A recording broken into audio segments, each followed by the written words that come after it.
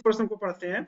औषध रसायन के लिए औषधियों का सर्वाधिक उपयोगी वर्गीकरण है। आपको पूछा गया कि औषध रसायन के लिए औषधि का सबसे सर्वाधिक उपयोगी वर्गीकरण है वो कौन सा है? रासायनिक संरचना के आधार पर, औषध के प्रभाव के आधार पर, लक्षणों के आधार पर या भेषज गुण वैज्ञानिक प्रभाव के आधार पर।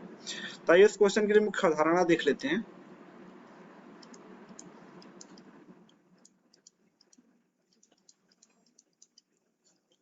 इसके लिए आपको औषधि के वर्गीकरण के बारे में पता होना चाहिए।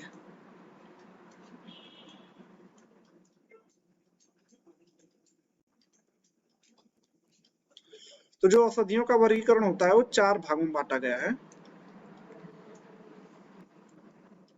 पहला, भेषज गुण विज्ञानी, भेषज गुण विज्ञानी प्रभाव के आधार पर। दूसरा आपका औषध के प्रभाव पर, औषध के प्रभाव पर। तीसरा आपका है रासायनिक संरचना के आधार पर।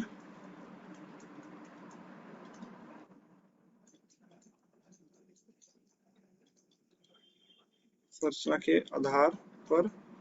और चौथा जो आपका है वो क्या है? लक्ष्य अणुओं के आधार पर।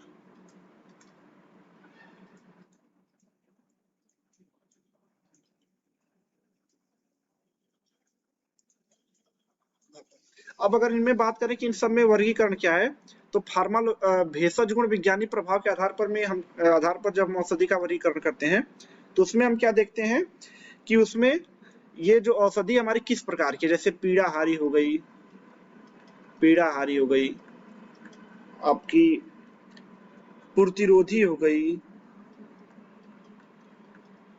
तो ये जो वर्गीकरण है, जैसे कोई औषधि पीड़ाहारी, जैसे आपकी हम बात करें एस्पिरिन हो गया, प्रतिरोधी की बात करें तो कोई एंटीसेप्टिक हो गया।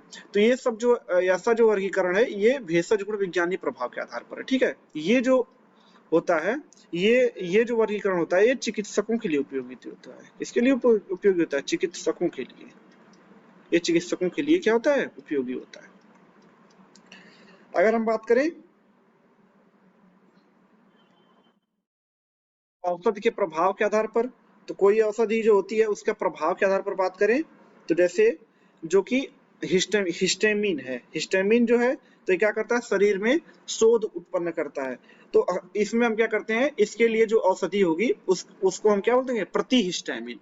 तो मतलब हम यहाँ पे बात करेंगे औषधि के प्रभाव के आधार पर, कोई औषधि का प्रभाव क्या है उसके आधार पर वर्गीकरण।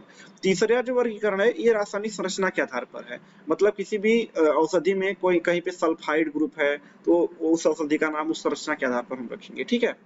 और चौथा जो वर्गीकरण है लक्ष्य अणुओं के आधार पर। जैसे हम जानते हैं कि हर एक औषधि जो होती है किसी एक विशेष अणु के या किसी भी एक विशेष जीवाणु के विरोध में बनाई जाती है।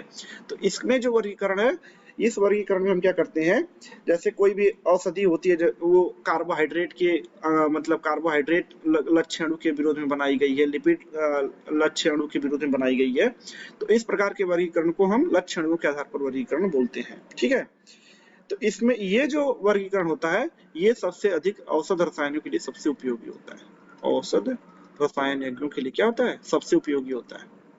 रसायन यज्ञों के लिए सबसे क्या होता है? उपयोगी होता है।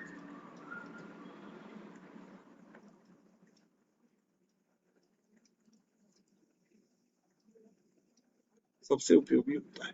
तो इनमें से अगर बात करें कि कौन सा सबसे सर्वाधिक उपयोगी वर्गीकरण होता है, वो होता है लक्ष्य अणुओं के आधार पर। इसका आंसर जो हो जाएगा ऑप्शन सी हो जाएगा। आशा करता हूँ आपको क्वेश्चन समझ में आया होगा। धन्यवाद।